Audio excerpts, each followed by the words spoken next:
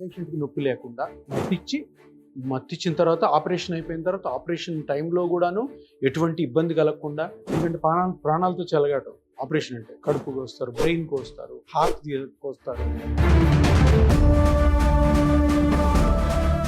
Heart ఇక్కడ నుంచి ఇక్కడ వరకు కోస్తారు. కోసిన తర్వాత లోపలన్నీ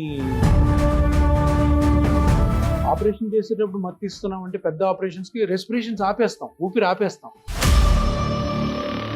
కొన్ని హార్ట్ సర్జరీస్లో హార్ట్ని ఆపేస్తాం. హార్ట్ మీద సర్జరీ చేయాలంటే హార్ట్ ఇట్లా కొట్టుకుంటుంటే ఎట్లా సర్జరీ చేస్తారు, చేయరు, హార్ట్ని ఆపుతాం. అనస్థీషియాలో ప్రాబ్లం వచ్చిందంటే మ్యాక్సిమం 30 seconds సరిపోతాడు వెయిట్. నువ్వు 30 seconds రియాక్ట్ కాకుండా.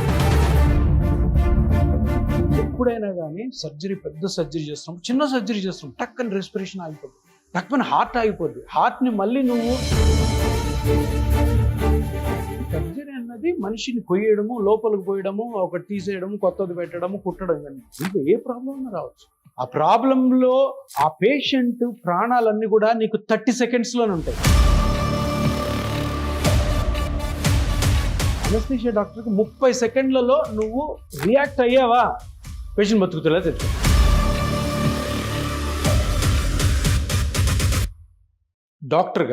డాక్టర్గా ఎలా ఉంటుందంటే, ఒక ఇనీషియల్గా ఎంబీబీఎస్ చదువుతాం, దాని తర్వాత ఎండి చేస్తాం, స్పెషాలిటీ చేస్తాం, చేసిన తర్వాత ఏదో ఒక ప్రాక్టీస్ చేయాలి, ఎందుకంటే మనకి ఫుడ్ బ్రెడ్ అండ్ బటర్ దొరకాలి కదా. తర్వాత కొన్ని రోజుల తర్వాత ప్రాక్టీస్లో సక్సెస్ అవుతాం. సక్సెస్ అయ్యాక ఒక 50 years అట్లా వచ్చిన తర్వాత మన పర్సెప్షన్ మారుతుంది. అంటే ఇంకేమైనా కొత్తగా చేయొచ్చా, ఇంకేమన్నా ఇప్పుడు జరుగుతున్న ట్రీట్మెంట్స్ కంటే సులభతరమైన ట్రీట్మెంట్స్ ఏమైనా ఉన్నాయా అన్న కాన్సెప్ట్ కొంతమందిలో వస్తుంది. వాళ్ళలో ఒక 9 వచ్చు. నాకు వచ్చిన ఒకటే ఒక ఐడియా ఏంటంటే, నేను అనస్థీషియా డాక్టర్ని. అనస్థీషియా డాక్టర్ అని తెలుసు కదా, చాలామంది సర్జన్స్కి చాలా ఆపరేషన్స్కి పేషెంట్కి నొప్పి లేకుండా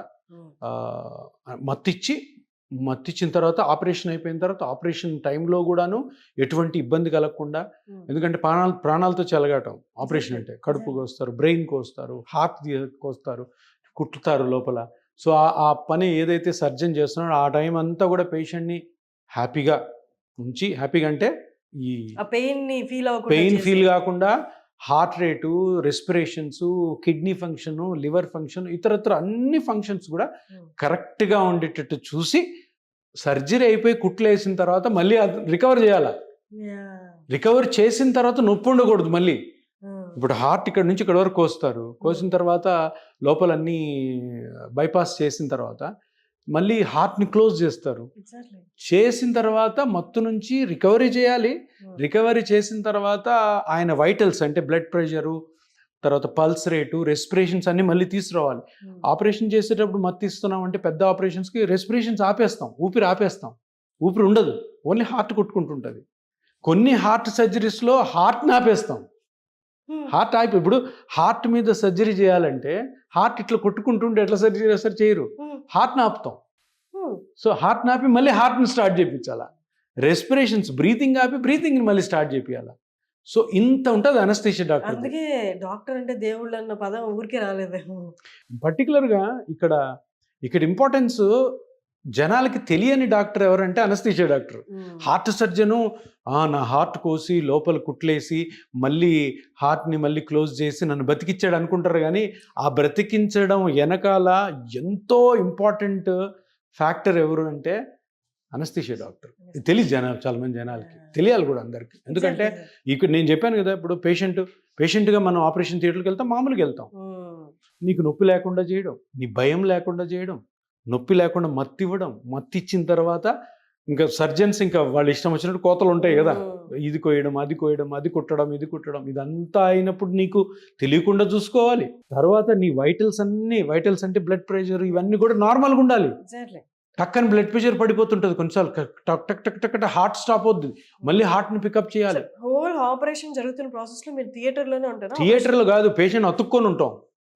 అందుకే ఒక సెకండ్ అటు ఇటు జరిగిన అనస్థీషియాలో, అంటే మత్తిచ్చి పేషెంట్కి ఆపరేషన్ చేస్తున్న టైంలో ఏదన్నా ప్రాబ్లం వస్తే, సర్జన్కి ఏదైనా ప్రాబ్లం వచ్చింది అనుకో, ఇప్పుడు కడుపు ఓపెన్ చేసి ఏదో చేస్తుంటే ఏ చిన్న బ్లడ్ వెజల్ కట్ అయింది అనుకో, బ్లీడింగ్ అవుతుంది.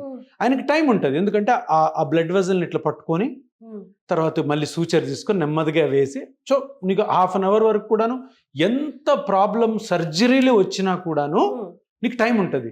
అనస్థీషియాలో ప్రాబ్లం వచ్చిందంటే మ్యాక్సిమం 30 సెకండ్స్ చనిపోతాడు పేషెంట్, నువ్వు 30 సెకండ్స్ రియాక్ట్ కాకపోతే. అంత risky job anaesthesia job. So ఈ జాబ్ జనాలకి ఎవరికి తెలియదు. అదందరూ ఏమంటారు సర్జరీ చేశాడు అనుకుంటారు, కాదు. సర్జరీ చేస్తున్నప్పుడు సపోర్ట్. కానీ ఎప్పుడైనా కానీ సర్జరీ, పెద్ద సర్జరీ చేస్తున్నప్పుడు, చిన్న సర్జరీ చేస్తున్నప్పుడు టక్కని రెస్పిరేషన్ ఆగిపోద్ది, టక్కని హార్ట్ ఆగిపోద్ది. హార్ట్ని మళ్ళీ నువ్వు రీస్టార్ట్ చేయకపోతే అయిపోయాయి. అలాగే ఇప్పుడు ఆపరేషన్ చేస్తున్నప్పుడు ఆపరేషన్ మత్తు ఎక్కువయ్యి, మత్తు వికటించి మనిషి చనిపోయాడని వింటుంటాము న్యూస్లు, అవన్నీ ఇవే. కొన్ని ఎట్లా జరుగుతాయంటే, ఇప్పుడు సర్జరీ అన్నది మనిషిని కొయ్యడము, లోపలికి పోయడము, ఒకటి తీసేయడము, కొత్తది పెట్టడము, కుట్టడం, ఇవన్నీ. దీంట్లో ఏ ప్రాబ్లం అన్నా రావచ్చు.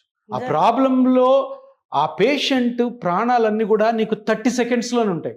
సర్జన్కి ఒక అరగంట వరకు ఉండొచ్చు. అనస్థీషియా డాక్టర్కి 30 సెకండ్లలో నువ్వు రియాక్ట్ అయ్యావా, పేషెంట్ బతుకుతులే చచ్చిపోతాడు. అనస్థీషియా అంత vital department, speciality and medical. చాలా మంది తెలియదు, వీళ్ళందరూ బిహైండ్ ద సీన్స్ ఉంటారు.